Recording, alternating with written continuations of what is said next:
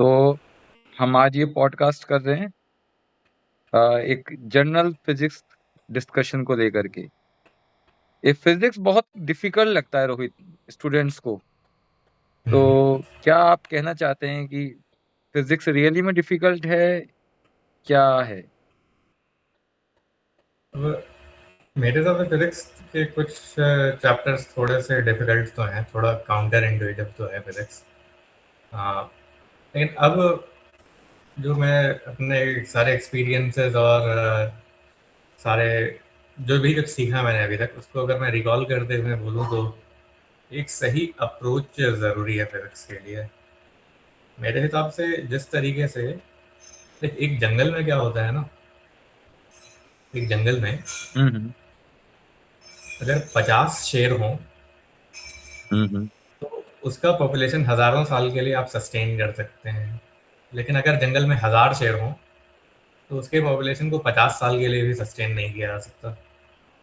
भाई सारे जानवर को मार देंगे, उसके बाद मारने के लिए कुछ बचेगा नहीं, समझ रहे हैं? तो शहर में उसी 50 तरीके शेर हो से आप कह रहे एक सोसाइटी में हैं? सारे लोग फिजिसिस्ट नहीं हो सकते। अच्छा। समझ रहे हैं ना? हम्म। ठीक है। मेरे हिसाब से फिजिक्स को समझाने के लिए एक अच्छे तरीके से इंट्रोडक्शन ज़रूरी है बच्चों के लिए, ताकि एक अंदर से क्यूरियोसिटी हो। Look at this for example. अब मैं डायरेक्टली न्यूटन्स लॉ और ये सब पढ़ाना शुरू नहीं करता बच्चों को। पहले मैं दिखा देता हूँ, या फिर क्लासिकल मैकेनिक्स पढ़ने से पहले, कि जब एक लट्टू होता है ना, टॉप, हाँ। जब वो रुका हुआ रहता है हम्म। तो गिर जाता है। हम्म। लेकिन जब वो रोटेट करने लग जाए हम्म। तो थोड़ा हटा भी दे तब भी हाँ। गिरेगा नहीं। हम्म। अब जैसे कि बाइसाइकिल हो गया, साइकिल। हम्म। हम्म। साइकिल जब ऐसे ही तुम खड़े करने का कोशिश करोगे तो गिर जाएगी। हाँ। लेकिन साइकिल जब मोशन में होता है तो गिरती नहीं इधर साइड। अच्छा, ऐसा क्यों है कि मतलब कि ये साइकिल मोशन में नहीं गिरती और खड़े होकर गिर जाती है साइकिल, या लट्टू खड़ा हुआ गिर जाता है और मूव करते समय नहीं गिरता? एक शॉर्ट आंसर तो लट्टू वाला ये है कि कंजर्वेशन ऑफ एंगुलर मोमेंटम पे है। अच्छा। इसका पूरा बहुत अच्छा एक्सप्लेनेशन लैंडौ में दिया हुआ है। अच्छा। हम्म। अच्छा, लेकिन मैं तो cycle cycle is a very advanced concept actually. Even Gregory के किताब में सारा कुछ खत्म करने के बाद भी साइकिल का जो है इक्वेशंस ऑफ मोशन है, हम्म। उसका डिस्क्रिप्शन नहीं है। कुछ ग्रेगरी अच्छा। ने बात बोली है, अभी तो दिखा सकता हूँ। But at the same time this can awaken a curiosity बच्चों में। ठीक है। अब आजकल क्या है, बहुत अच्छे अच्छे क्लिप्स हैं फिजिक्स के हम्म। यूट्यूब पे। आई थिंक मेरा जो फेवरेट चैनल है उनमें से एक हो गया एक्शन लैब, अच्छा। हो गया वेरी साटियम, और हम्म। तीसरा है थ्री ब्लू वन ब्राउन और कुर्द साग, कुछ ऐसा ही नाम है उसका। हम्म। ये कुछ बहुत ही इंटरेस्टिंग चैनल्स हैं। हिंदी में अगर बोला जाए तो मैंने ऐसा कुछ देखा नहीं है जो कट कॉपी पेस्ट ना हो किसी इंग्लिश चैनल पे। अच्छा। हाँ। अच्छा, लेकिन एक बहुत ही मैं ये मैंने देखता हूँ लेटली, हाँ बोल।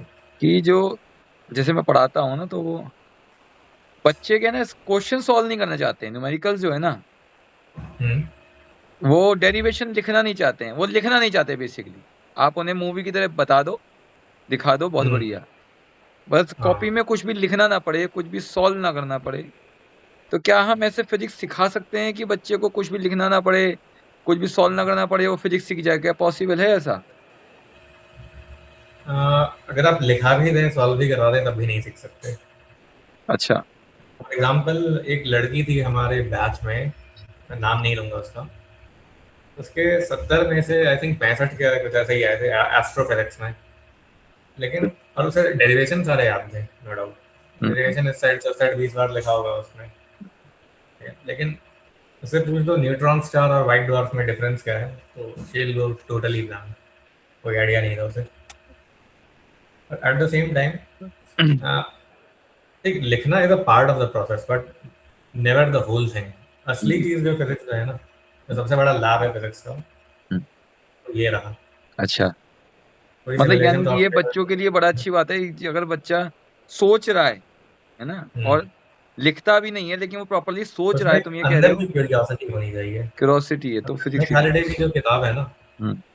किसी भी चैप्टर स्टार्ट करने से पहले एक सवाल पूछता है, ये बहुत ही अजीब सी घटना हो गई, बहुत ही अजीब सी चीज़ें होती हैं, क्यों होती हैं? तो एक तरीके, और कोई ये सवाल समझ ले, मैं ये नहीं कह रहा कि आंसर दो इसका, सवाल का मतलब समझ जाओ, तो अंदर ही अंदर एक क्यूरियोसिटी अवेकन हो ही जाएगी। और क्यूरियोसिटी एक ऐसी चीज़ है जो बहुत सारे जानवरों में, सिर्फ इंसानों में नहीं होती, बंदरों में होती है क्यूरियोसिटी, अच्छा। बिल्लियों में होती है क्यूरियोसिटी। और जब आज से 20, 30, 50 हज़ार साल बाद जब इंसान अगर विलुप्त हो गए, तो हो सकता है नेक्स्ट साम्राज्य एक्वेटिक हो, पृथ्वी पे हो सकता है, धरती पे ना हो सकता है, समंदर में हो, डॉल्फिन्स का राज, वो एक सिविलाइजेशन बना सकते हैं कोई लोग, जो 20, 30 हज़ार साल में शायद चांद पे पहुंच जाए फॉर सम रीजन। अच्छा, तो ये जो मैं तो बेसिकली, क्योंकि मोस्टली बीएससी या 12th क्लास की, 11 12 की टीचिंग ही रहती है, तो मैं ये देख रहा हूँ कि जैसे कि मैं अपना स्टाइल बताता हूँ पढ़ाने का, औरों का भी स्टाइल है। तो मतलब मेरे पास बहुत ज़्यादा बच्चे नहीं रहते, मेरी क्लास में हमेशा कम बच्चे ही रहते हैं ना। क्योंकि कारण क्या है कि मैं हमेशा उन्हें कोशिश करता हूँ कि वो मेरे सामने ही बैठ करके क्वेश्चंस करें, न्यूमेरिकल्स करें, डेरिवेशंस करें, और वो उन्हें पसंद नहीं रहता। और बहुत ऐसी जगह हैं जहाँ पर उन्हें ये बात का फोर्स नहीं किया जाता, बस बोर्ड पे लिख दिया, उन्होंने कॉपी कर लिया, and they are happy. Questions कर दिया बोर्ड पे, बच्चों ने लिख लिया। तो मतलब कि मेरी अप्रोच कितनी गलत है या सही है, कि क्या करना चाहिए ये? End of the day one has to understand कि उसके स्टूडेंट्स एक्चुअली चाहते क्या हैं, पहला चीज, और दूसरा कि उनके स्टूडेंट्स को किस बात का डर है, क्या उन्हें जजमेंट का डर है, कि क्या उन्हें डांट खाने का डर है, किस चीज का डर है उसमें। अगर तो आप वो बस अपने को फ्रीली एडमिट करें ना, बेसिकली एडमिट वो कर देते, बेसिकली वो 90% आलसी हैं। बहुत सारे लोग आलसी हैं, मैं आलसी हूँ, hmm. But at the same time one has to really understand कि उसके मन में क्या गतिविधियां चल रही हैं, to the maximum extent possible. तो जब एक बार डर कंप्लीटली हटा दिया जाए ना, डर ऑफ जजमेंट का डर, there is a good chance that they will open up. वो अगर उसका मन नहीं करेगा पढ़ने का, तो क्लियरली बोलेगा मेरा मन नहीं करता पढ़ने का। तो ये कैसे ये हटाया जाए इफ जजमेंट यू का? Can get someone to admit that, then it's a good start. तो हटाया दिस कैसे इज जाए फ्रॉम वेयर जजमेंट? टू, क्या, ये हटाया कैसे जाए जजमेंट का ये डर? ये स्ट्रिक्टली स्पीकिंग इसका कोई क्या कहा जाए, हार्ड एंड फास्ट रूल नहीं है, just has to be through communication. हर टीचर का अपना एक कम्युनिकेशन तरीका होता है। मैंने बच्चों से, काफ़ी सारे बच्चों से हर तरीके का डर हटा दिया उनके मन से। अच्छा। कोई भी सवाल पूछो, हमें जज नहीं किया जाएगा, और मेरे पूछे सवाल का आंसर ना दे पाओ तब भी जज नहीं किया जाएगा। All you have to do is show up every day. उतना कर दो बस, बाकी सारा चीज़ एग्ज़ाम के समय, आजकल वैसे ही जो बीएससी में एग्ज़ाम्स हैं, 4 ऑप्शंस वाले हैं, तो एप्लीकेटली हार्ड, और उसमें 2 ऑप्शन आराम से एलिमिनेट किए जा सकते हैं। Just by common sense. उसमें फिजिक्स की नॉलेज नहीं जरूरत पड़ेगी, फिजिक्स का नॉलेज भी नहीं, फिजिक्स का एप्टीट्यूड का जरूरत पड़ेगा, बाकी 2 में से सही चीज चूज करने का, और उसमें भी कोई नेगेटिव मार्किंग तो है नहीं। तो इन अ वे एग्जाम का स्टैंडर्ड थोड़ा गिरा दिया, just to ensure that most maximum number of students can pass. बहुत सारे बच्चों के अपनी घर में समस्याएं होती हैं, किसी के घर में कोई फैमिली का मेंबर का लॉस हो गया, कोई बहुत गरीबी में है, कोई कुछ है, तो वो अभी उस स्थिति में नहीं है कि ये अपनी क्यूरियोसिटी को पूरा करे, अगर क्यूरियोसिटी है भी उसमें, जो मोस्ट लाइकली इस जनरेशन में नहीं होगा। मजदूर के बच्चों में क्यूरियोसिटी नहीं होती क्वांटम एंटेंगलमेंट के बारे में। You understand? समझ रहा हूँ। Wouldn't you agree? एग्री नहीं करोगे इस नहीं, ये बात बात से? तो सही है, बात तो सही और है, मैंने ऐसे, लेकिन मेरे स्टूडेंट्स ऐसे हैं कॉलेज में, बहुत ही ऐसे ऐसे लोग हैं जो लिटरली मजदूर के बच्चे हैं।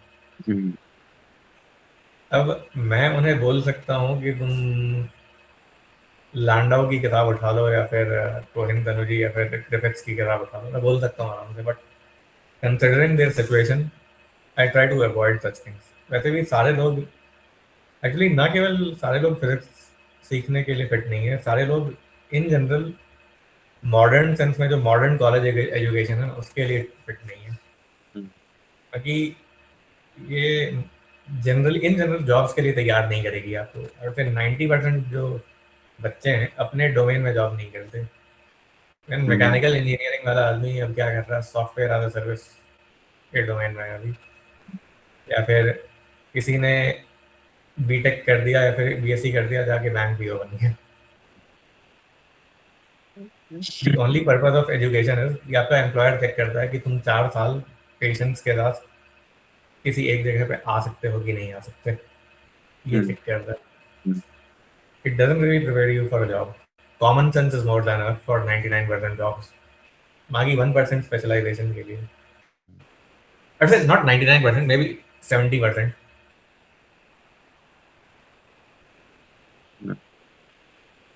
Nothing against physics. I think it's a fabulous subject.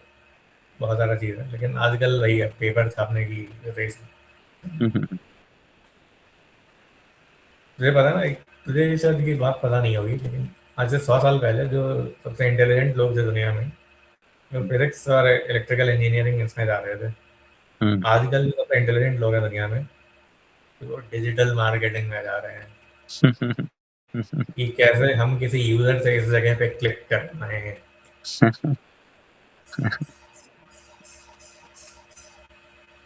Intelligent लोग तब भी थे, आज भी हैं। पहले भी जॉन वॉन न्यूमन टाइप के लोग आते थे, आज भी आते हैं, बट उनका जो फोकस एरिया वो एकदम रीडायरेक्ट हो गया ऊपर टांग चीजों में, डिजिटल मार्केटिंग में हो गया बस। और ऊपर से जब सिमुलेशन सॉफ्टवेयर जब से आए हैं, तब से कोई हाई एंड रिस्क हो नहीं रहा। तो मतलब कि ये कहने मतलब है कि जो ये 11-12 के बच्चे फिजिक्स सीखना चाहते हैं, उसके लिए एक 1 लाइन स्टेटमेंट तुम क्या देना चाहोगे कि क्या मतलब मेरे लिए भी और बच्चों के लिए भी? I am a teacher and they are the student. हे भगवान, अभी देख, हो सकता है मुझे एक बहुत ही ब्रिलियंट वन लाइनर सूझ जाए, हो सकता है लेकिन घटिया 40 घंटे बाद वही खराब लगे। अगर तू इमीडिएटली मुझे बोलेगा एक ऐसा वन लाइनर बोल जिससे सारे लोग इंस्पायर हो जाएं अपने किताब में घुसने के लिए या रिसर्च करने के लिए, तो अभी तो मैं सोच नहीं सकता। और इस चीज को पता है, इसे कहते हैं स्टेयर केस विजडम। आपसे अचानक किसी ने कोई सवाल पूछ दिया, कोई कुछ कमेंट पास करके चला गया, आपको उसका एक परफेक्ट मुंह तोड़ वन लाइनर सूझा नहीं उस जवाब समय, देना। 3 दिन बाद सूझ गया आपको एक, अरे मैं उस समय ये बोल सकता था, लेकिन उससे तो ये रहा। अगर एक वन लाइनर अगर मुझसे पूछा जाए तो if you really are fascinated by nature, अगर प्रकृति आपको आपके अंदर एक जिज्ञासा जगाती है, तो physics is the way to go. अभी मैं सोच रहा हूँ 10 दिन बाद तो इससे भी अच्छा वन लाइनर मुझे सोच जाएगा। नहीं, बच्चे तो पढ़ते इसलिए ना, उनके सिलेबस में है, सिर्फ इसलिए फिजिक्स पढ़ रहे हैं। और मोस्ट ऑफ द टीचर्स पढ़ा भी इसलिए रहे हैं कि पैसा मिल रहा है, इसलिए पढ़ा रहे हैं। अगर टीचर्स फीस बहुत खराब है इस देश में, बहुत खराब। एटलीस्ट मेरे समय तो और भी खराब थे, अकड़ भी बहुत होती थी उनमें। टीचर्स बहुत खराब हैं। हम लोग भी टीचर बन चुके हैं गलती से। हाँ, जब मैं स्टूडेंट था तो मुझे ढंग के टीचर नहीं मिलते थे, अब जब मैं टीचर हूँ तो मुझे ढंग के स्टूडेंट नहीं मिलते। सो वन अनदर, भगवान एक टेस्ट ले रहे हैं मेरा। तो खैर ये बड़ा अच्छा रहा डिस्कशन मेरा तुम्हारे साथ में। इसका रिकॉर्डिंग तो मैं ऑफ कर देता हूँ अभी। कर नहीं, दूँ अभी ऑफ? कंटिन्यू कर, कोई दिक्कत अच्छा। नहीं। लेटली फिजिक्स जो है ना, फंडामेंटली हमें क्या सिखाता है पता है? क्या? It tells you about the interdependence between various parts of the universe, various aspects of the universe. अब इंटरडिपेंडेंस हो या फिर डिपेंडेंस हो, ये शब्द, ये तो सिमेंटिक्स हो गए। फॉर एग्जांपल, पहले इलेक्ट्रिसिटी और मैग्नेटिज्म को इंडिपेंडेंट समझा जाता था, लेकिन बाद में पता चला वो इंटरडिपेंडेंट है। पहले स्पेस और टाइम को इंडिपेंडेंट समझा जाता था, अब क्या है, वो इंटरडिपेंडेंट है। पहले ऑब्जर्वर और ऑब्जर्वेबल को इंडिपेंडेंट समझा जाता था, वो क्या निकले, इंटरडिपेंडेंट। इवन जो आइंस्टाइन का मॉडल था स्पेसिफिक हीट का, उसमें सारे ऑसिलेटर्स को इंडिपेंडेंट माना जाता था, लेकिन फिर डिवाई का मॉडल आया जिसने कहा कि सारे ऑसिलेटर्स इंटरडिपेंडेंट है। और डिवाई का स्पेसिफिक हीट ज़्यादा एक्यूरेट निकला अगर आप उसके आर्बिट्ररी कट ऑफ को छोड़ दें तो घूम फिर के physics teachers you one thing that we are all embedded in a web of interdependence. हम लोग आत्मनिर्भरता के एक जाल में धंसे हुए हैं या फिर सने हुए हैं एक तरीके से। That is the metaphysics of physics. दुनिया में कुछ भी फ्री नहीं है, कुछ भी इंडिपेंडेंट नहीं है। इंटरडिपेंडेंसी के जाल में फंसा हुआ है, इंडिपेंडेंट कुछ नहीं है। अगर कोई दुनिया कोई भी प्रोटॉन कोई भी इलेक्ट्रॉन इंडिपेंडेंट नहीं है। अगर न्यूट्रॉन इंडिपेंडेंट हो भी जाता है तो क्या डिके कर जाता है। इवन जो एक हाँ टर्म है फ्री इलेक्ट्रॉन जो है ना, फ्री इलेक्ट्रॉन थ्योरी, उसमें फ्री इलेक्ट्रॉन फ्री नहीं होता। मतलब it is free from other nuclei, but it is not free to free escape the surface of the metal. Nothing in this universe is free. In the sense, nothing is independent. Everything is getting influenced by something or the other. और Newton का जो पहला law है वो एक hypothetical scene के बारे में है, about something called independent particle. अच्छा, ये ब्लैक होल तो बिल्कुल आइसोलेटेड ही तो होता है। ब्लैक होल कहाँ, ब्लैक होल तो आइसोलेटेड होता है। हाँ, ये you can say that. Black hole कैसे बना, कब बना, उस समय आइसोलेशन का क्या डेफिनेशन है यहाँ पे? Isolated from what? मतलब इस ब्लैक होल का अगर हम स्टडी करें तो कहाँ डिपेंडेंसी है उसकी किसी और पे? वो तो एक सिस्टम है अब, लेकिन वो डिपेंड ही नहीं कर रहा है लेकिन किसी अगर और। दो ब्लैक होल्स एक दूसरे को रोटेट कर रहे हो तो हाँ, तब अलग बात है, बट आइसोलेटेड भी तो है, सिंगल भी तो है ब्लैक होल। बट हाँ, may be that make sense. एक कोई आइसोलेटेड ब्लैक होल और उसके कई पार्सेक्स इस साइड उस साइड कोई और आइटम ना हो। जहां तक मुझे याद है कि सुब्रमण्यम चंद्रशेखर ने कहा है, शायद मैं गलत नहीं हूं तो, मतलब कि सबसे सिंपलेस्ट ऑब्जेक्ट जो हैं इस दुनिया में स्टडी करने के लिए, they are the black holes. Okay, observational physicists बेचारे इस बात से बिल्कुल एग्री नहीं करेंगे ऑब्वियसली। नहीं, लेकिन वो क्यों कहा है, उसका रीजन ये है क्योंकि ब्लैक होल में सिर्फ ग्रेविटी होती है ना, बाकी चीजों में तो ग्रेविटी भी है, इलेक्ट्रोमैग्नेटिक भी है, और न्यूट्रॉन स्टार ले लो तो उसमें न्यूक्लियर। Spherical black hole? हाँ अच्छा। हाँ, अगर एक सिंपल ब्लैक होल है उसमें सिर्फ ग्रेविटी से आप स्टडी कर लोगे पूरा ब्लैक होल की, लेकिन अगर न्यूट्रॉन स्टार की स्टडी करनी है आपको तो न्यूक्लियर फिजिक्स भी लगाना पड़ेगा, ग्रेविटी भी लगानी पड़ेगी, और अगर नॉर्मल स्टार ले लोगे तो उसमें तो इलेक्ट्रोमैग्नेटिक थ्योरी भी लगानी पड़ेगी, प्लाज्मा फिजिक्स भी लगानी पड़ेगी। अच्छा, तो एज ए होल स्टडी करने के लिए तो आसान हो गया ना? नहीं आसान? हाँ, मतलब कि मतलब नहीं है इसमें आसान, मैं आई एग्री, लेकिन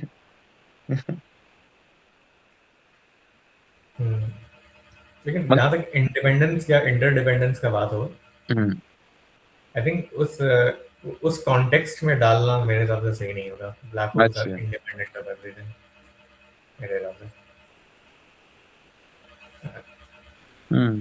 तो न्यूटन की थ्योरी सिर्फ वैलिड है फॉर इंडिपेंडेंट पार्टिकल्स के लिए। हाँ, and some independent particle is something that does not exist. हाँ Does it? मतलब कि point me a हाँ single example of an independent particle, and I'll tell you why it is not independent.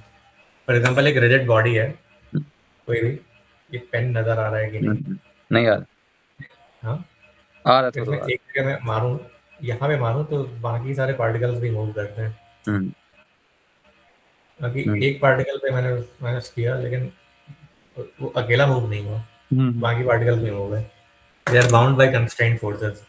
Tell me anything that is independent. बस pen को एक particle ही मान लो पूरा तो। And why would you do that? चलो मान लेते हैं कि it is nothing but just a single particle. हाँ। उसके बावजूद it is being acted upon by gravity. अब ग्रेविटेशन तो हर जगह है यूनिवर्स में। अच्छा, वो It is अच्छा। being influenced, अभी फोटोन उस पर स्ट्राइक कर रहे हैं, समझ रहे हैं ना? और दुनिया में हर ऑब्जेक्ट तो वैसे भी रेडिएट करती ही है। तो बहुत सारे कंफ्लिक्टिंग थ्योरीज के साथ वो कंपैटिबल नहीं होगा।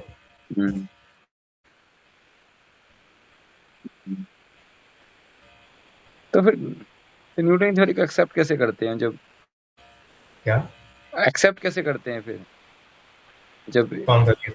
न्यूटन की थ्योरी को? It's a long story. हम बहुत सारे सिंप्लीफाइड assumptions अपने मन में रखते हैं। चलो कभी और इस बारे में हम तुम्हारे साथ डिस्कशन करेंगे कि ऐसा क्यों करते हैं। हाँ, अगर न्यूटन्स लॉज को थोड़ा फिलोसॉफिकली अगर हम लोग इंटरप्रेट करने लग जाएं तो it will become more difficult, not easier. मुझे तो सबसे डिफिकल्टी लगते हैं न्यूटन्स लॉ। हाँ, दे कैन बी, मतलब कि बहुत सारे क्वेश्चन सॉल्व किए जा सकते हैं। फिजिक्स में दो टाइप के लोग होते हैं बेसिकली, और इन जनरल लाइफ में, those who can explain but can not do, and those who can do but can not explain. फिर तीसरे टाइप के भी तो होते हैं। क्या? Can neither explain not do. चौथे टाइप के बहुत कम मिलेंगे, ना मिलेंगे, नहीं मिलेंगे, ना कह रहा हूँ। एक्सप्लेन भी कर सकते हैं, कर भी सकते हैं। मैं चौथे टाइप के इंजीनियर, बनना चाहता हूँ। अच्छा, कर भी पाए और एक्सप्लेन भी कर पाए, चलो बहुत सही। So I can drive a car, but I don't know how a car works. I know how a nuclear reactor works, but I cannot operate it. समझ रहा है ना? हम्म। So how has been your experience as a teacher? किस type के students मिलते हैं? नहीं, मेरे को जो ना हम्म, अलग अलग टाइप के स्टूडेंट्स मिले हैं, मतलब कि अपने लंबा समय रहा है। कुछ तो स्टूडेंट्स जेन्युइनली बहुत ज्यादा इंटेलिजेंट स्टूडेंट्स भी मिले हैं मुझे। अब उनको हैंडल करना भी आसान नहीं है। हाँ, उनको हैंडल करना भी आसान नहीं होता। लेकिन प्रॉब्लम क्या होती है, जो बहुत इंटेलिजेंट होते हैं, बात ये है कि वो आपकी बात नहीं मानेगा। वो बहुत ही इंडिपेंडेंटली सोचेगा, इंडिपेंडेंटली करना चाहेगा। Which is उस all right. मतलब हाँ, कि अगर कोई if he is genuine about his curiosity, तो अगर इनिशियली गलत भी है ना, तो धीरे धीरे he'll drift back to the right नहीं, approach. प्रॉब्लम ये हो जाता है रोहित की ना, कि सिस्टम में ही नहीं स्टे कर पाएंगे ना, नंबर भी तो चाहिए, सिस्टम में भी तो रुकना है। इंडियन सिस्टम रिवॉर्ड्स, मतलब कि जिस तरीके का इंसेंटिव दे दिए हैं, चाहे स्टूडेंट हो या रिसर्चर हो, तो क्या कहा जाए, एक जिस मेरा तरीके का जेन्युइन क्यूरियोसिटी जिससे तू रेफर कर रहा है अभी, that is not the driving factor उनके लिए। एक मेरा स्टूडेंट था, मुझे याद है, ऋतिक ऋतिक नाम का, भी मतलब वो म्यूजिक करता है अभी कुछ। हम्म, तो मतलब काफी, मैं कहूँगा अच्छा दिमाग का लड़का रहा था, लेकिन क्यूरोसिटी तो थी, पढ़ता भी था, लेकिन मार्क्स के अकॉर्डिंग नहीं किया उसने। तो 12th के बाद उसने साइंस वाइंस किया नहीं कुछ, म्यूजिक वगैरह में अभी इंटरेस्टेड है, म्यूजिक करता है, मतलब बड़ा अच्छा, लेकिन दिमाग रहा उसका। कुछ और ऐसे स्टूडेंट भी मैंने देखे, लेकिन कुछ स्टूडेंट्स ऐसे भी रहे कि जो दिमाग अच्छा रहा और भी चीजें करी, लेकिन वो कंप्यूटर साइंस में चले गए। वो अच्छा कर रहे हैं, पैसा कमा रहे हैं अच्छा, बट कंप्यूटर साइंस कर रहे हैं, मतलब फिजिक्स नहीं किया। और फिजिक्स में एक बहुत कम बचा, unless you become faculty somewhere, hmm या फिर कहीं पे कोई बहुत ही रेप्यूटेड इंस्टीट्यूट में अगर कोई रिसर्च स्कॉलर बनना है, तो फिजिक्स इटसेल्फ सीखना बहुत ज़्यादा काउंटर प्रोडक्टिव हो जाएगा। नहीं, लेकिन उस लड़के ने मुझे बताया, एक लड़का जो इसमें काम करता था ना, कंपनी में किसी में, और वो बाद में उसमें computer engineer, basically he is computer engineer. तो वो इमेज प्रोसेसिंग में काम कर रहा था कुछ अपनी कंपनी में ना। तो वहां पे उसने बताया कि मैं जो आप सिखाते थे टेंसर वेंसर, टेंस एनालिसिस को यूज करता हूँ मैं, लाप्लास इंटीग्रल यूज करता हूँ, फुल इंटीग्रल यूज करता हूँ, कि आप जो बात करते थे वो सारी मैं यूज करता हूँ। अच्छा, तो हाँ। देख, let me tell you something upfront, Rahul. जो टेंसर्स हम लोग डीप लर्निंग में यूज करते हैं ना, hmm they are very different from the tensors we use in physics और जनरल रिलेटिविटी। हाँ हाँ होगा। डीप लर्निंग के लिए tensors is just a generalised array, और हम्म फिजिसिस्ट के लिए टेंसर क्या होता है?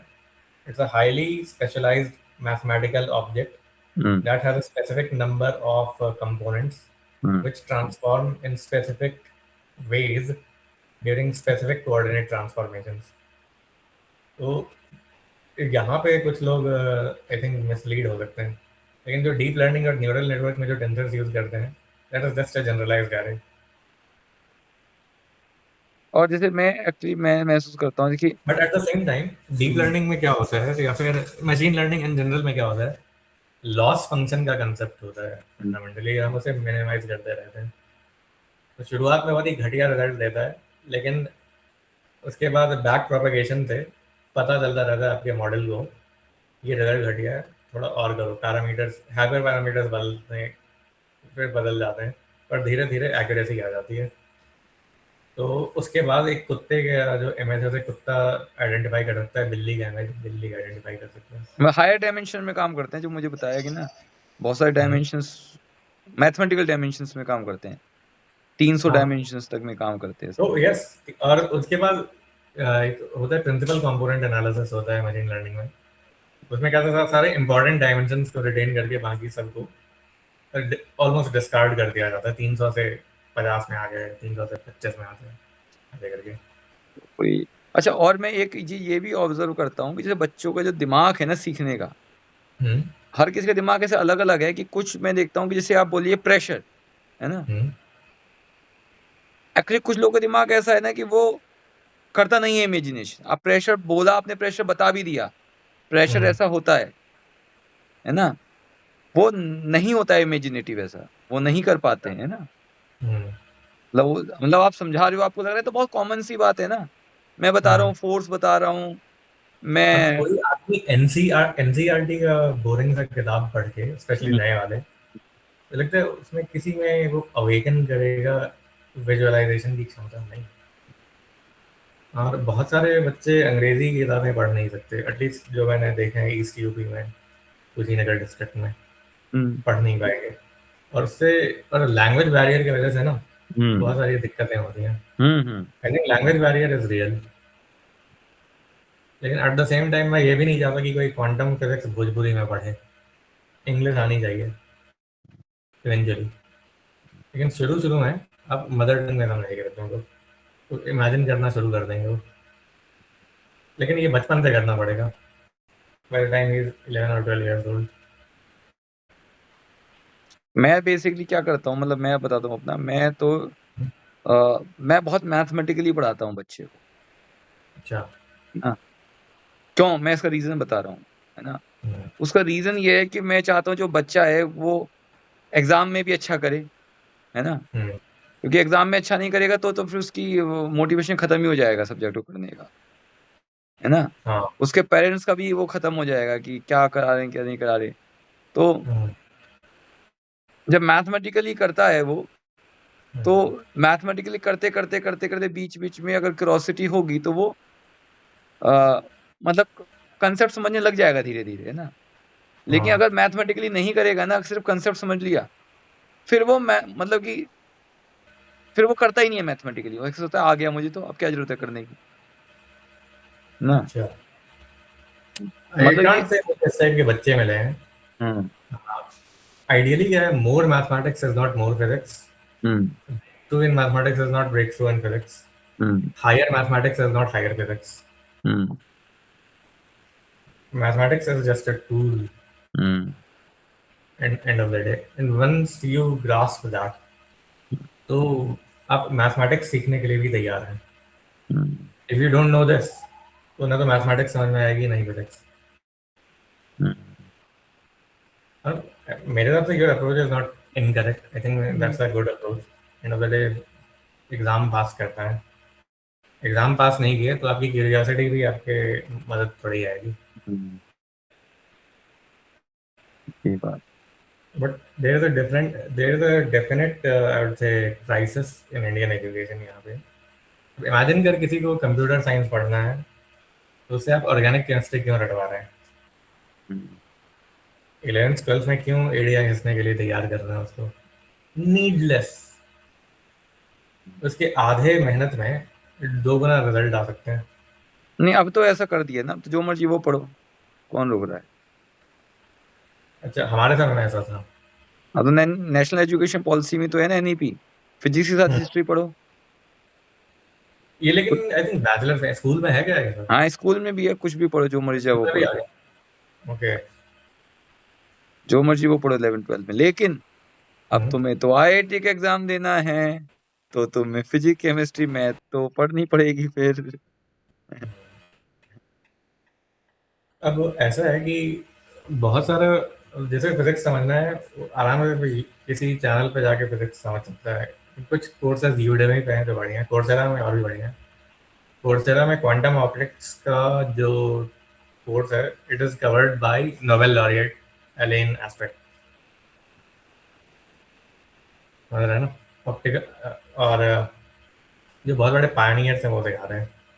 कोर्सेरा पे deep learning is taught by Andrew Ng, Andrew Ng कहते हैं उनको।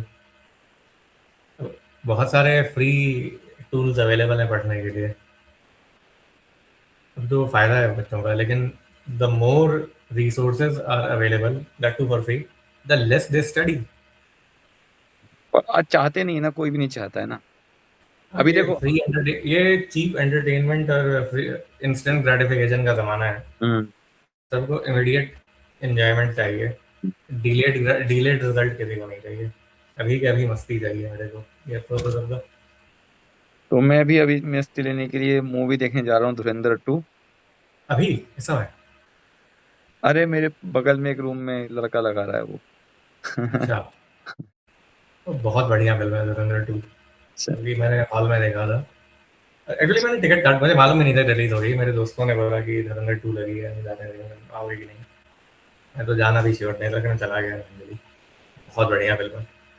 चलिए, तो इस वार्ता को विराम विराम देते हैं। जल्द ही एक बार और वार्तालाप करेंगे किसी नए विषय पर। Okay, we can be more specific कि कौन सी चीज पे हो सकता है। फॉर एग्जांपल मेटाफिजिक्स पे करना है, या फिर ग्रेविटेशन पे करना है, कि ब्लैक होल्स पे, या न्यूटोनियन कॉस्मोलॉजी में इनवेरियंस पे, कोवेरियंस पे, एनीथिंग, ग्रेविटेशन पे करेंगे, ग्रेविटेशन पे फिर। या फिर क्वांटम मैकेनिक्स पे। ग्रेविटेशन ग्रेविटेशन या क्वांटम या ग्रेविटेशन। तो थोड़ा ग्रेविटेशन, थोड़ा क्वांटम मैकेनिक्स। हाँ। चल बढ़िया। चलो, मिलते हैं फिर। चलो।